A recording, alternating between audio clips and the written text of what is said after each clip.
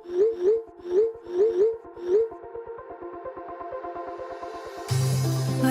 we go,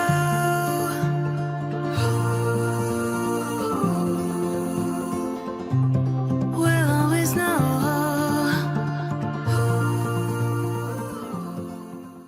hi guys, Har Har Mahadev. Welcome to the love and light 369 tarot. कैसे हो आप सभी? उम्मीद है आप सभी बहुत अच्छे होंगे और अपनी लाइफ में आगे बढ़ रहे होंगे। सो गाइस, हम देखने वाले हैं आपके पर्सन के late night thoughts, late night energies आपके लिए क्या है। जेंडर का कोई इशू नहीं है, मेल फीमेल सभी इस रीडिंग को देख सकते हैं। और अगर आप मुझसे पर्सनल रीडिंग लेना चाहते हो, स्क्रीन पर व्हाट्सएप नंबर दिए गए हैं, आप उस पर कांटेक्ट कर सकते हो for love reading, health reading, career reading. सभी तरीके की रीडिंग्स मैं करती हूँ। सो लेट्स सी क्या आता है रीडिंग में। आपने जो है अपने और अपने पर्सन का नाम एक साथ मन में लेना है और वीडियो को लाइक करके एनर्जी एक्सचेंज करनी है। ओके, सो लेट्स सी कि क्या है एनर्जीज में, आज की एनर्जीज में।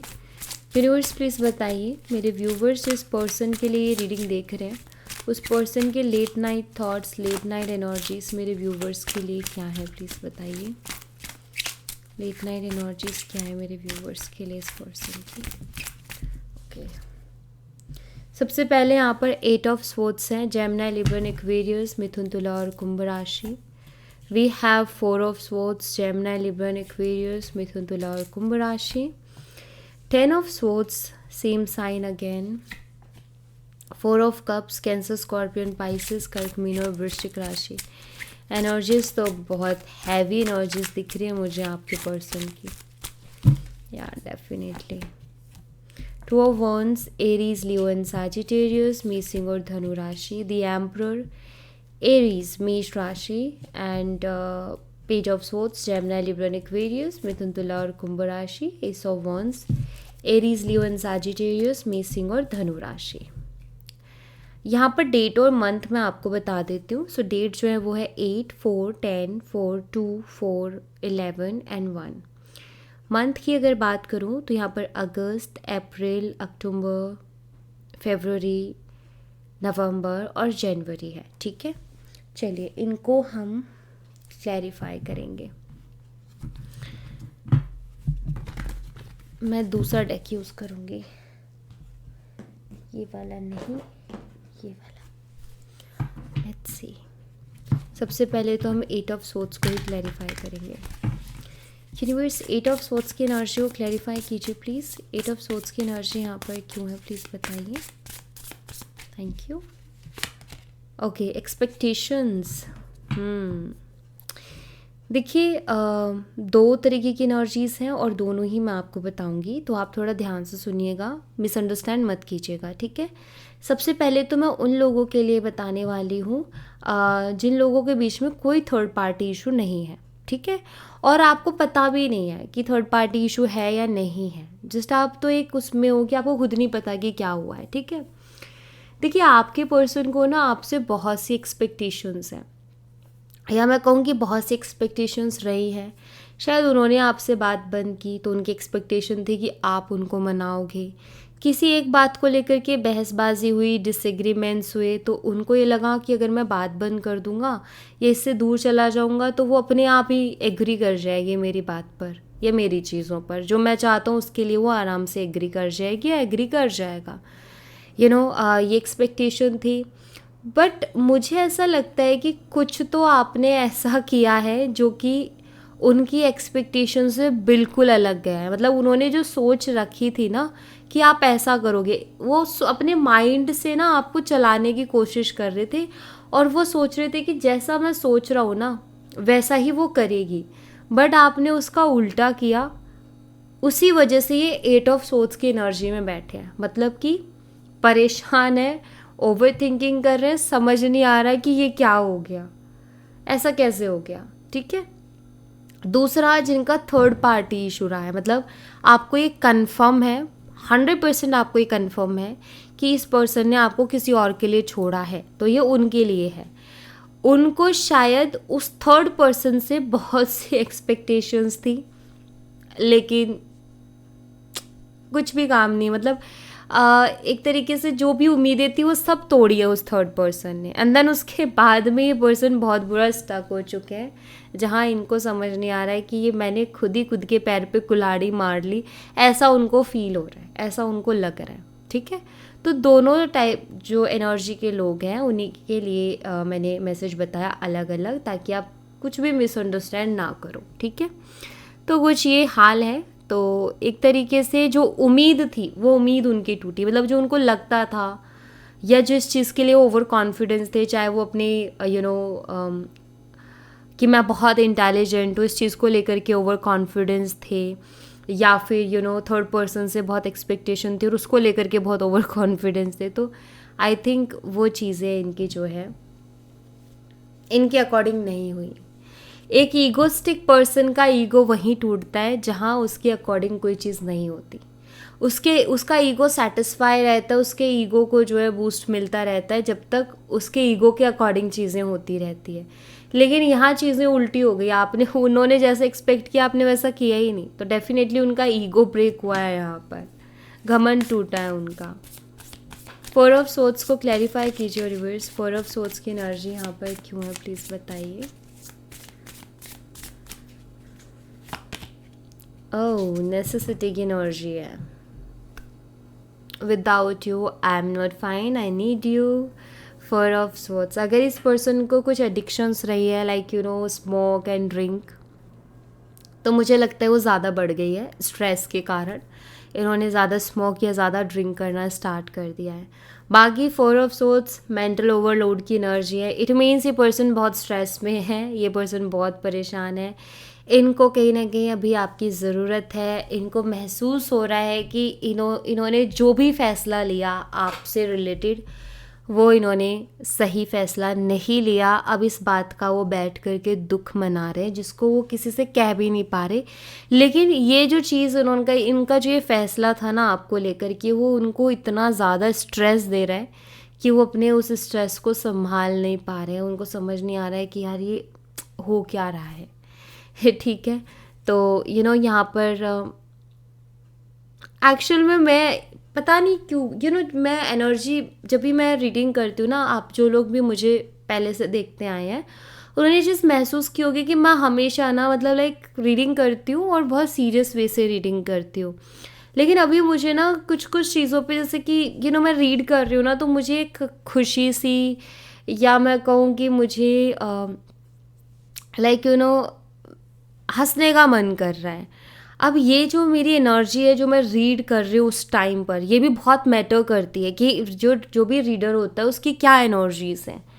सो एक्चुअल में मुझे ऐसा लगता है कि कुछ लोग लिटरली इस रीडिंग को देखने वाले ऐसे हैं जो वाकई मतलब इस इंसान ने उनको बहुत परेशान किया है या बहुत तकलीफ़ दी है, बहुत हर्ट किया है, और वो बहुत टाइम से जैसे कि इंतज़ार कर रहे हैं कि उनको जो है जस्टिस मिले, या जिस इस पर्सन ने उनके साथ जो भी किया एटलीस्ट उसको रियलाइज़ हो कि वो कितना गलत गया है। एंड आई थिंक कि जो मैं फ़ील कर रही हूँ शायद आप भी उस चीज़ को फ़ील कर रहे होगे इस वक्त जिनके साथ ये चीज़ें हुई हैं। एंड लाइक कि यस बहुत टाइम से मैं बहुत परेशान हूँ इन चीज़ों को लेकर के, एंड फाइनली वो पर्सन को वो चीज़ एहसास हुई। तो ये मुझे कुछ वैसा ही दिख रहा है। 10 ऑफ सोर्ड्स को क्लैरिफाई कीजिए यूनिवर्स, 10 ऑफ सोर्ड्स की एनर्जी यहाँ पर क्यों है प्लीज़ बताइए। आपके पर्सन को ऐसा लगता है कि वो आपके बिना नहीं रह पाएंगे, लिटरली अभी उनको ऐसा ही लग रहा है। 10 ऑफ सोर्ड्स, वीकनेस। या मैं अभी जिस बारे में बात कर रही थी ना वही बात आई है यहाँ पर। आई फील इस पर्सन को पता था कि ये पर्सन आपकी वीकनेस है, ये इस बात को कहीं ना कहीं जान चुके थे क्योंकि उन्होंने आपका बिहेवियर देख लिया था कि वो आपको कितना ही हर्ट करते, आपको कितना ही पेन देते, आप उनको बार बार माफ़ कर देते थे, या वो ड्रामे करते थे और आप उनको मनाते थे हमेशा, मतलब आप उनके लिए रोते थे, पागलों की जैसी हालत हो जाती थी। एंड शायद वो चीज़ें उस पर्सन ने देखी हैं आपके अंदर कि आपने जो है उनको कितने पागलों की तरह चाहा है। देखो कोई इंसान बहुत ज़्यादा हमें प्यार करे, ये भी किस्मत की बात है, ये भी बिना ब्लेसिंग्स के नहीं मिलता है। तो आपने शायद वैसे ही किया है, उन्होंने आपकी वीकनेस पकड़ ली, उनको पता चला कि मैं इसकी वीकनेस हूँ, उनको पता चला कि मैं इससे बात नहीं करता तो इसको फ़र्क पड़ता है, इसको असर होता है, इसको तकलीफ़ होती है, तो मैं यही चीज़ को जो है बार बार जो है ट्राई करके और मैं कुछ भी कर सकता हूँ अपनी मर्ज़ी से। सो मुझे लगता है कि इन्होंने आपके इमोशंस के साथ खेला है बहुत बारी। इनको पता है कि इस चीज़ से आपको तकलीफ़ होती है, वही चीज़ उन्होंने बार बार की। आप ऑब्ज़र्व करो और सोचो कैसा हुआ है कि इनको जब भी पता चला कि आपको इस चीज़ से फ़र्क पड़ा और वही चीज़ इन्होंने अगेन एंड अगेन की है। इनको पता चला कि उनके इग्नोर करने से आपको फ़र्क पड़ रहा है, उन्होंने वो ज़्यादा किया है। उनको पता चला कि उनके बात ना करने से आपको जो है फ़र्क पड़ रहा है, तो उन्होंने वो चीज़ ज़्यादा की है। तो यहाँ पर ऐसा दिखता है कि उन्होंने वो चीज़ें की हैं और इस वजह से आपको बहुत तकलीफ़ भी हुई है। आई थिंक 10 ऑफ स्वॉर्ड्स, आप बहुत पेन से गुजरे हो इस पर्सन की वजह से, इस रिलेशनशिप की वजह से। जितने दुख आपने देखे हैं, जितना आप रोए हो, जितना आपने स्ट्रेस लिया है, इतना आपने कभी भी लाइफ में किसी और चीज़ के लिए लिया ही नहीं, क्योंकि आपको इतना फ़र्क पड़ा नहीं। लेकिन इस चीज़ से पड़ा क्योंकि कहीं ना कहीं आप बहुत ज़्यादा इमोशनली इन्वॉल्व हो गए उसमें। सो अब इस पर्सन को ये भी फील हो रहा है कि मैंने उसके इमोशंस के साथ खेल के अच्छा नहीं किया, और इनको ये भी फील हो रहा है कि शायद आज जिस तकलीफ़ में मैं हूँ, ये पेन, ये तकलीफ़ मुझे इसीलिए मिल रही है क्योंकि मैंने उसको तकलीफ़ पहुँचाई, क्योंकि मैंने उसको पेन दिया, और वो इस चीज़ को डिज़र्व नहीं करती थी। वो तो मुझसे प्यार करती थी ना, मैंने बट उसके इमोशंस के साथ खेला, अपने हिसाब से उसको चलाने की कोशिश की। मन किया तो बात कर ली, नहीं किया तो नहीं की। तो कहीं ना कहीं ये जो आपको तकलीफ़ पहुंची है, उसी बात की शायद आपको थोड़ी शांति मिलेगी, थोड़ी खुशी मिलेगी कि चलो फाइनली उसको रियलाइज़ हुआ कि उसने क्या खोया है अपनी ज़िंदगी में। क्योंकि मुझे लग रहा है कि आपकी बहुत उम्मीदें थी इस इंसान से, शायद आपको बहुत भरोसा था इस इंसान पे, बहुत प्यार आप करते थे, लेकिन इन्होंने उसका उल्टा ही आपको दिया। बट कहते हैं ना, ऊपर वाला सब देखता है। तो जो इंसान सच्चे प्यार को जिस इंसान ने ठुकराया है ना कहीं वो लाइफ में प्यार के लिए तरसा है, और इनकी वही कंडीशन अभी दिख रही है कि ये भी प्यार के लिए तरस रहे हैं। 4 ऑफ कप्स को क्लैरिफाई कीजिए यूनिवर्स।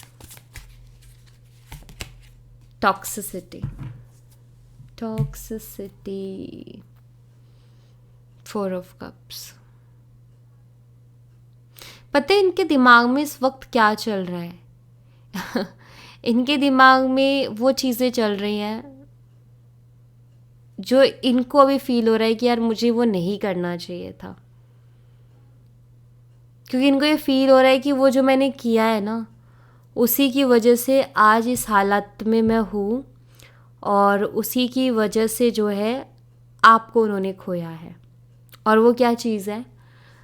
इस इंसान ने आई थिंक आपने उनसे कोई बहुत बार बात करने की कोशिश की, या तो उन्होंने आपके मैसेजेस और कॉल्स को सीन करके इग्नोर किया है, या उन्होंने बहुत रूडली रिएक्ट किया है उन पे, या फिर आपको उन्होंने डिसरिस्पेक्ट किया है, इंसल्ट किया उन्होंने आपकी बार बार, हर्ट किया उन्होंने अपने कड़वे शब्दों से, बार बार आपको तकलीफ़ पहुंचाई है। आप हमेशा एक उम्मीद के साथ जाते थे, एक उम्मीद लेके आप जाते थे कि शायद आज ये इंसान अच्छे से बात करेगा और शायद आज बात करके चीज़ें सॉल्व हो जाएंगी। आप बहुत ही प्यार लेके अपने दिल में, बहुत ही इमोशंस लेके आप बार बार उनके पास जाते रहे उम्मीद से, लेकिन हमेशा उस इंसान ने क्या किया? आपकी उम्मीद तोड़ी, आपके इमोशंस को हर्ट किया। एटलीस्ट इंसान रिस्पेक्ट तो करता है, कोई भी चीज़ अगर मना भी करनी है तो रिस्पेक्टफुली भी इंसान कर सकता है, लेकिन उन्होंने इंसल्ट ही की, इमोशंस की परवाह नहीं की। तो ये चीज़ भी बहुत टॉक्सिक रही है इस रिलेशनशिप में, जो कि शायद आपको उस टाइम समझ में नहीं आया क्योंकि आप इमोशंस में इतना बह गए थे, आपने प्यार ही इतना कर लिया था उस इंसान से। अब ये चीज़ सोच के उनको लग रहा है कि मुझे ऐसा नहीं करना चाहिए था, क्योंकि ये जो चीज़ें कर दी है ना, उसके बाद ये खुद ही खुद से नज़रें नहीं मिला पा रहे, ये खुद ही शर्मिंदा हो गए हैं ये सारी चीज़ों को सोच के। कोई इंसान अगर शर्मिंदा होता है, ईगोस्टिक पर्सन, वो सामने आके थोड़ी ना बोलता है कि मैं शर्मिंदा हूँ, नहीं बोलता। टू ऑफ वॉन्ड्स को क्लैरिफाई कीजिए यूनिवर्स, टू ऑफ वॉन्ड्स की एनर्जी यहाँ पर क्यों है, प्लीज़ बताइए। Dependency, okay. Two of wands, addicted energy है ये। इस इंसान ये यहाँ पर ये एनर्जी बताती है कि ये आपको अपने दिमाग से नहीं निकाल पा रहे हैं, ये आपको बहुत मिस कर रहे हैं।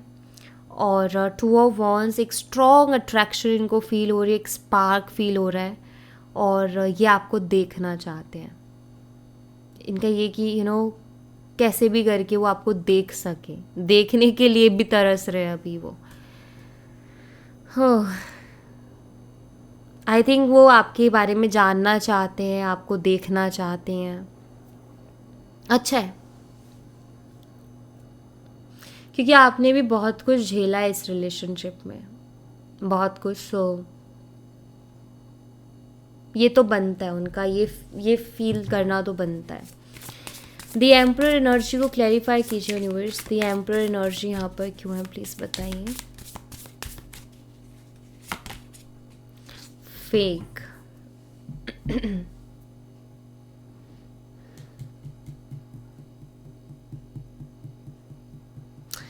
ये पर्सन की पर्सनालिटी ऐसी है, इन्होंने ना, इनकी बातें ऐसी होती हैं और इस तरीके की होती हैं कि आप ना चाहते हुए भी भरोसा कर लो। और सिर्फ आप ही नहीं, और लोग भी, उनकी बातें इतनी स्ट्रॉन्ग वे से वो अपनी बातें बोलते हैं ना। जैसे आपने कुछ लोगों को सुना होगा ना, कुछ लोगों से, कि झूठ भी इतने कॉन्फिडेंस के साथ बोला जाता है कि सच लगने लगता है। मुझे लगता है कि ये इंसान भी वैसी पर्सनालिटी रखते हैं, झूठ भी इतना स्ट्रांगली बोलते हैं कि झूठ झूठ नहीं लगता। कोई प्रॉमिस भी इतना स्ट्रांगली करते हैं कि ऐसा बिलीव आता है, कि ऐसा लगता है कि यार इसने इतना स्ट्रांगली प्रॉमिस किया है ना, ये पूरा करेगा। बताएंगे भी कि मैं तुमसे इतना प्यार करता हूँ, इतना कॉन्फिडेंटली और इतना अच्छे से बताएंगे कि इमीडिएटली ट्रस्ट हो जाए कि यार सच में प्यार है इसको मेरे से बहुत। और ऐसे लोग हैं, ऐसे लोग बहुत हैं जो आपको ना, मतलब इतनी ऐसी बातें बोलेंगे आपको इमीडिएटली ट्रस्ट हो जाएगा। वो बहुत ज़्यादा मैनिपुलेटर होते हैं। लॉयल्टी, ऑनेस्टी, कितना जेंटलमैन है, या कितनी अच्छी लड़की है, कितनी सेंसिबल, कितनी समझदार, ऑनेस्ट एंड लॉयल है, या कितना समझदार, ऑनेस्ट एंड लॉयल लड़का है। वो ऐसा पर्सनालिटी को शो करते हैं। एम्परर पर्सनालिटी, लाइक बहुत स्ट्रॉन्ग पर्सनालिटी, बट यहाँ पर फेक का कार्ड आया है, जो कि ये बताते हैं कि जो उनकी वो जो शो करते थे ना कि मैं जेंटलमैन हूँ, या फिर वो जो शो करते थे ना कि मैं एक लॉयल और ऑनेस्ट बंदा हूँ, या लॉयल एंड ऑनेस्ट बंदी हूँ, वो कहीं ना कहीं झूठ रहा है, फेक रही हैं वो चीज़ें इनकी तरफ से। इन्होंने, और वो आप खुद फील किए होगे, लाइक इन्होंने प्रोमिसेस किए लेकिन उनको पूरा नहीं किया इन्होंने। बहुत सी ऐसी बातें जो इन्होंने बहुत स्ट्रॉन्ग वे से बोली आपसे, लेकिन उनके एक्शंस में आपको आज तक नहीं दिखी। तो आप वहीं पहचान जाओगे कि इंसान जो दिखाता है वो ऐसा करता नहीं है। यानी आपने नोटिस किया होगा जो ये दिखाते हैं वो ये करते नहीं है। पेज ऑफ सोर्ड्स को क्लैरिफाई कीजिए यूनिवर्स, पेज ऑफ सोर्ड्स की एनर्जी यहाँ पर क्यों है, प्लीज़ बताइए। क्रॉस रोड, डेफिनेटली ये पर्सन अब एक डिसीज़न लेना चाहते हैं, और वो भी एक स्ट्रॉन्ग डिसीज़न जिस पर वो चल सके और उनको बदलना ना पड़े वो डिसीज़न। ठीक है, ये मुझे यहाँ पर दिख रहा है। दूसरा, ये स्पाई कर रहे हैं बहुत ज़्यादा आपको, ठीक है, और शायद आपको स्पाई वो बहुत ज़्यादा इसलिए कर रहे हैं क्योंकि वो कोई एक फ़ैसला लेने वाले हैं। मे बी वो आपकी तरफ एक्शन लेने का फ़ैसला लेने वाले हैं, इसीलिए आपको स्पाई कर रहे। क्यों?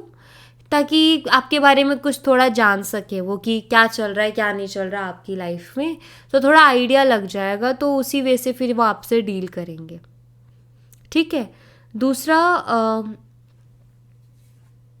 मुझे लग रहा है कि वो इस बारे में बहुत सोच रहे हैं कि मुझे इस वक्त क्या फ़ैसला लेना चाहिए और क्या एक्शन लेना चाहिए, जिसको लेकर कि अभी वो किसी क्लियरिटी पर नहीं है। उनके दिमाग में अभी कोई क्लियरिटी आई नहीं है कि एग्जैक्टली उनको क्या करना है, बट वो बहुत जल्दी विद इन अ वीक मुझे लगता है वो क्लियरिटी पर आएंगे। एस ऑफ वंस की एनर्जी को क्लैरिफाई कीजिए यूनिवर्स। एस ऑफ वंस की एनर्जी यहाँ पर क्यों है, प्लीज़ बताइए।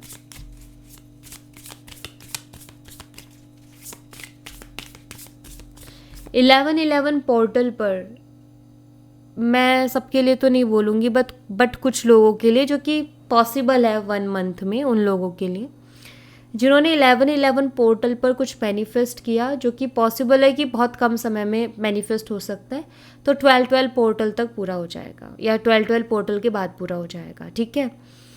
जिनका मतलब आप खुद ही सोचो कि आपकी मैनिफेस्टेशन कैसी है और वो कितने दिन में लगभग एक हमारा खुद का भी तो आइडिया होता है ना कि भाई इसको कितना टाइम लग सकता है। कोई बोले कि मुझे 1 करोड़ रुपए चाहिए, अभी उसके पास वैसा कोई काम नहीं है, वैसा कोई सोर्स नहीं है, तो कहाँ से मैनिफेस्ट होंगे मैनिफेस्ट, लेकिन शायद उसमें थोड़ा समय लग जाएगा। ठीक है। लेकिन अगर वहीं कोई बोलता है मुझे 10,000 रुपये चाहिए, तो मे बी वो with in a month manifest हो सकते हैं। मुझे 50,000 रुपये चाहिए, with in a month manifest हो सकते हैं। तो इसी चीज़ को बस मैं बोल रही हूँ कि आप क्या मैनिफेस्ट कर रहे हो उस पर डिपेंड करता है। तो मुझे लगता है कि 12 पोर्टल पे, आई डोंट नो, ये मैसेज आया और मैंने आपको दिया। अब ये किसके लिए है आप जानो, लेकिन आपकी कोई मैनिफेस्टेशन 12 पोर्टल तक पूरी होने वाली है, उसके बाद हो जाएगी। एस ऑफ वंस को क्लैरिफाई कीजिए यूनिवर्स। एस ऑफ वंस की एनर्जी यहाँ पर क्यों है। इमोशनल बैगेज,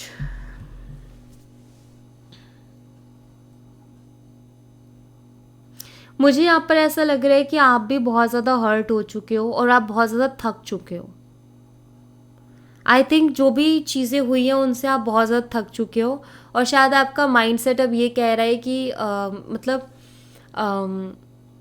आप अपनी लाइफ में ना जीना चाहते हो। अभी तक आप जिए नहीं हो, अपने लिए नहीं जिए हो, आप दूसरों के लिए जिए हो, फैमिली के लिए आप जिए, ये पर्सन आया तो इसके लिए जिए, लेकिन आप कभी खुद के लिए नहीं जिए। खुद की आपकी भी खुद की लाइफ है जिसको मैं खुल के जीऊँ। एंड आई थिंक अभी आप ये डिसाइड कर रहे हो कि मुझे किसी बंधन में बंधने से अच्छा, या किसी रिलेशनशिप में, या इस पर्सन, मुझे अपनी लाइफ को जीना है। एंड आई थिंक आप अपनी लाइफ को जी रहे हो खुल के। मुझे जिससे बात करनी है मैं करूँगी, मुझे जिससे फ्लर्ट करना है मैं, ये आपकी लाइफ है। इतना मत सोचो कुछ भी करने से पहले कि ये करना ठीक है वो कर, आपकी लाइफ है। ठीक है। बहुत से लोग पता है क्या करते हैं, ये सोचते हैं कि यार ये चीज़ें नहीं करनी, ये चीज़ें नहीं करनी, क्योंकि किसी एक पर्सन के लिए बचा के रखेंगे। आपको एक बात बताऊँ, उस पर्सन का आपको पता है कि वो कहाँ है, क्या कर रहा है, क्या नहीं कर रहा है। अपनी लाइफ को एंजॉय करो यार। किसी के लिए आप ये मत रखो कि एक पर्सन के लिए एंड ऑल। एंजॉय करो अपनी लाइफ को, मस्त जियो अपनी लाइफ को। जो करने का मन है वो करो, जो पहनने का मन है पहनो, जो खाने का मन है खाओ, खुले रहो, मस्त रहो। ठीक है। एंड आई थिंक आप वही करने की कोशिश कर रहे हो। अगर नहीं कर रहे हो और आपका ये है मन में कि दी मैं बहुत परेशान हूँ, समझ नहीं आ रहा है मुझे, ऑफकोर्स मुझे बहुत हर्ट है अंदर से, मैं बहुत थक चुकी हूँ, क्या करूँ, तो एक ही जवाब मैं दूंगी, अपनी लाइफ को खुल के जियो। छोड़ दो टेंशन लेना दुनिया की, लोगों की, बस अपनी लाइफ को खुल के जियो। ठीक है। बस ऐसा कोई काम नहीं करना जिससे आपका या आपकी फैमिली का नाम खराब हो। उसके अलावा जो मर्जी करो, कोई फ़र्क नहीं पड़ता। ठीक है। सो या thank you so much guys. ये थी आप लोगों के लिए एक छोटी सी रीडिंग। आई होप आपसे रेजोनेट की हो, आई होप आपको पसंद आई हो। रेजोनेट की हो तो मुझे बताना ज़रूर कमेंट बॉक्स में, पसंद आई हो तो लाइक ज़रूर करना, चैनल को सब्सक्राइब करना मत भूलना। मैं मिलती हूँ आपसे नेक्स्ट रीडिंग में, तब तक अपना ख्याल रखें। Bye bye, take care, see you again.